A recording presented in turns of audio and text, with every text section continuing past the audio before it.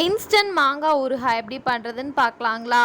First ஒரு வானலை எடுத்து வச்சு 2 ஸ்பூன் கடுகு எடுத்துக்கோங்க. அது நல்லா வறுத்தரணும், கிரே கலர் ஆகிற மாதிரி. அதை ஓரமாக எடுத்து வச்சுட்டு 2 ஸ்பூன் வெந்தயமும் அது நல்லா ப்ரௌன் ஆகிற வரைக்கும் வறுக்கணும்.